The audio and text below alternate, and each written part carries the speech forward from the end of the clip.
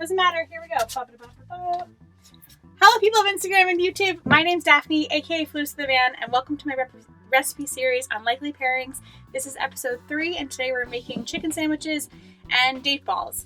And the chicken sandwiches are going to have 4 types of onions, and the date balls are going to be like lemon cashew types.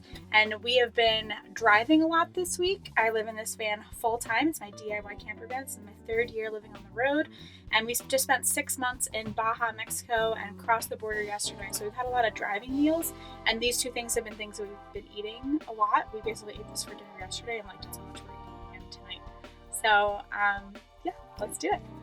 So first thing we're going to start with is the date balls. Actually, let's do those first so they're ready to go. So I'm going pretty heavy. Last time I made these, I made like brownie flavored ones.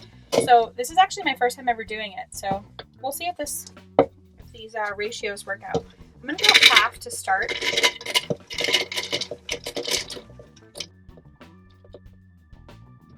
Actually, that was 1 cup of cashews, and this is half a cup of dates.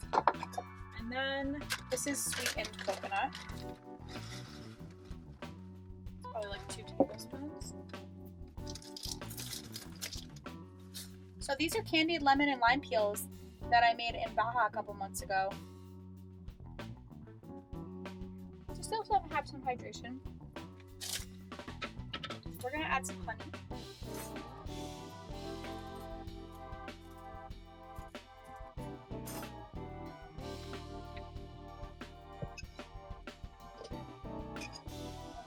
As we go.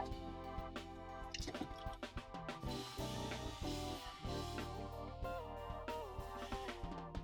actually going better than I thought it would.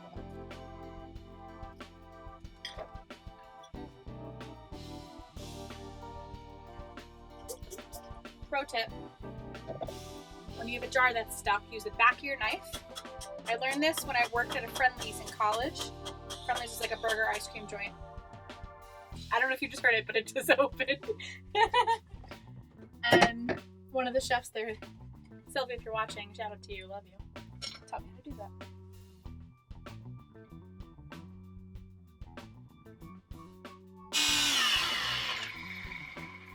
I think it's good.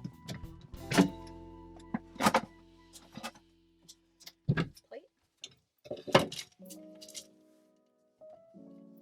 what we're working with. Round 2. We have dates. That was half a cup of dates. This is a cup of cashews. All I have is a lime. I don't have a lemon.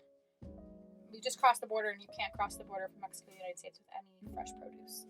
So you'll see that a lot of stuff we're using in the sandwich is stuff that we cook down in preparation for crossing. So I don't have any fresh produce. Somehow that quarter of a lime made it across the border though. Should I put the sugar in? Or is it too much sweet? Too much sweet. You have honey, you have dates, you have the candied lemon peels.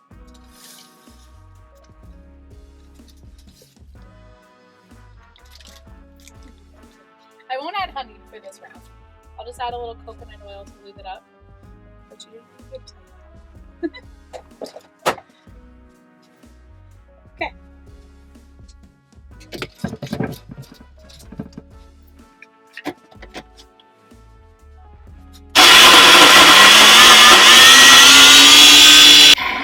What's that, Ninja? Oh, that's all you're willing to give me? Okay, that's fine. Ninja's very, it's really Ninja's world, and we're living in it. It's whatever she says that she's in the mood for that day. And you just have to be willing to be flexible and work around that. So there's a lot of dates, there's a lot of coconut oil, there's a lot of honey. There's definitely enough stickiness to bring this together. It's like when you're making short crust pastry, which I grew up with a mom who was the daughter of a mom who made everything homemade, like homemade biscuits, homemade cinnamon buns. Not a lot of, honestly, yeasted breads, but a lot of short crusts. Homemade pie crust. So that's my background. And this reminds me of that. You just have to be patient. You look at it and you're like, that's never going to be a crust. But then you just start touching it and then it comes together. We're getting I didn't plan it. But it turns out that if you're looking for a hot, sexy date to set the mood, it's chicken sandwiches and date balls. And in the spirit of that, this is from Costco. We went to Costco in Mexico right before crossing the border.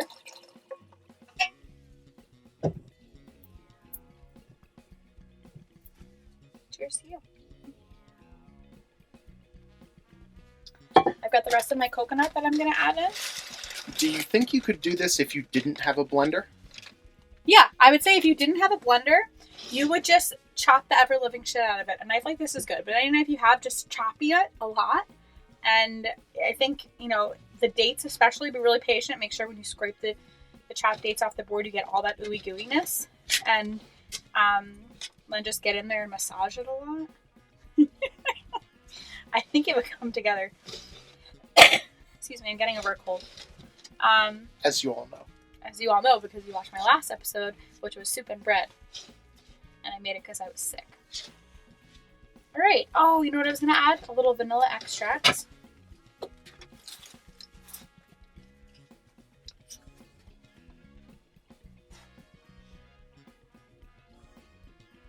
And honestly, when I think about date balls, I think about vegan content creators who made recipe books. And I'm like, we've all seen it, you know? That's what stopped me from making it, but I've had this ginormous bag of dates in my van for like literally years now. And I don't know, I've just fallen out of date love recently, so I have to get back in the mood with it. I think we're doing good. I think I'm into it.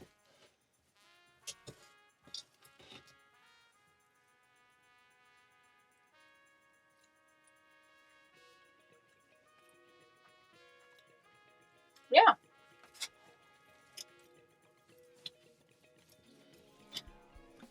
Put that on my face hole. Okay. We've got a sill pad here, which is a silicone mat. Highly recommend picking one up at the supermarket. They sell them at supermarkets now for like, $5. Next step is we're going to scoop them all into balls. So I have a little scooper here, but if you didn't have a scooper, this size is definitely good. I wouldn't do the bigger. They're kind of just like a lot to chew on, and they're really sticky, so you don't want to be left having to hold one. So you kind of want them to be like essentially bite size.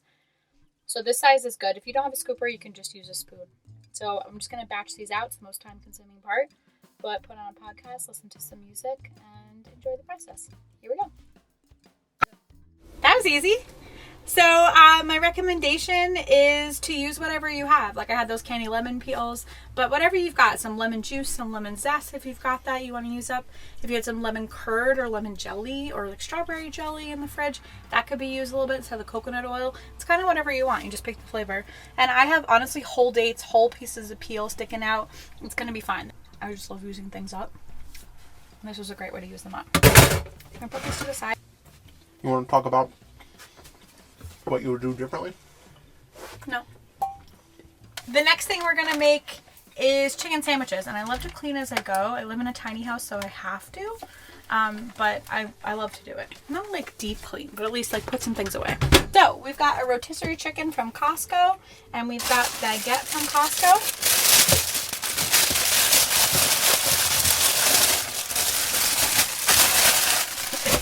One of my jobs in my 20s was for a kitchen staffing company, and I worked as a chef for them for a few years, freelance, and I worked in a lot of corporate cafeterias, and I worked at the sandwich station often. So I love to batch out the sandwiches for a beach day. Anyway, I love sandwiches. Okay. I personally am a scooper. Bagels, I'm from New York. Bagels, baguettes, big hefty rolls, they gotta be scooped.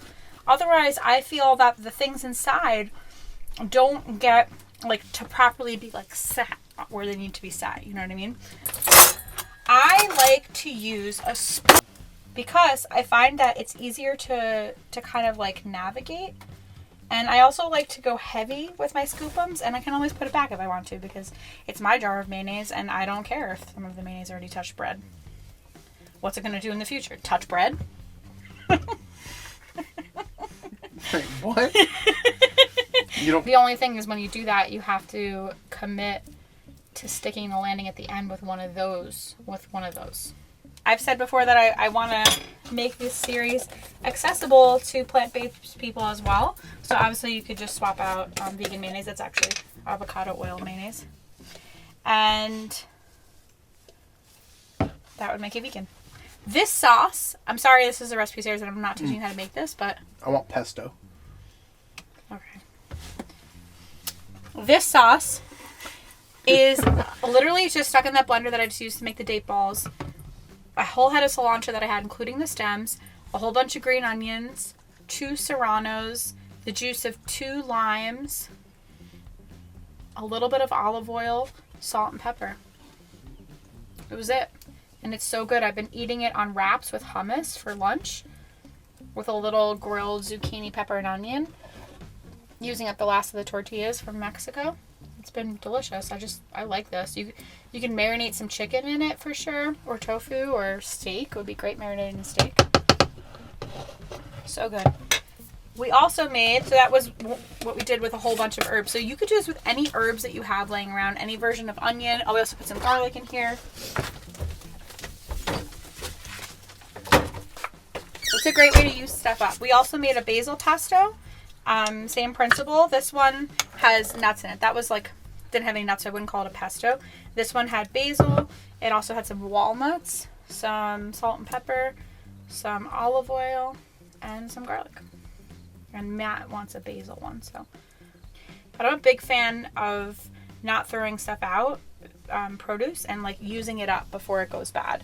And a great way to do that, to catch a bunch of herbs and onion and garlic and some citrus that you have around. You could do it with grapefruit, you could do it with orange. I'm big on substituting. So any herb you have, it counts. Any nut that you have or seed, it counts. Any citrus that you have, or even just like vinegar, it counts. Anything you've got that needs to get used up, any version of an onion, to boil up some leeks and throw them in there.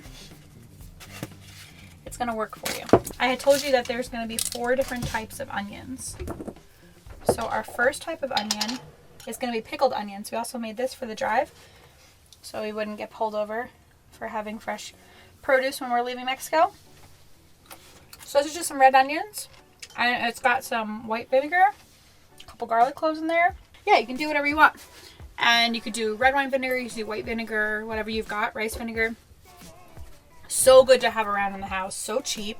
You put them on top of tacos, on top of salads, and you've got, like, you've spiced up whatever you're eating. We've also got caramelized onions.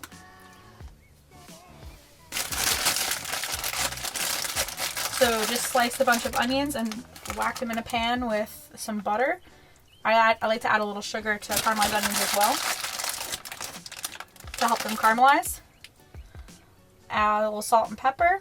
Put a cover on them so steam helps reduce them. And that's it. Let them go for like, literally, it could sometimes go up to like 40 minutes. Okay? Third type of onion is this salad. Again, we're using up veggies. I've got radish, cucumber, bell pepper, white onion, and then just like really simple, no celery, no. And salt and pepper, lime juice.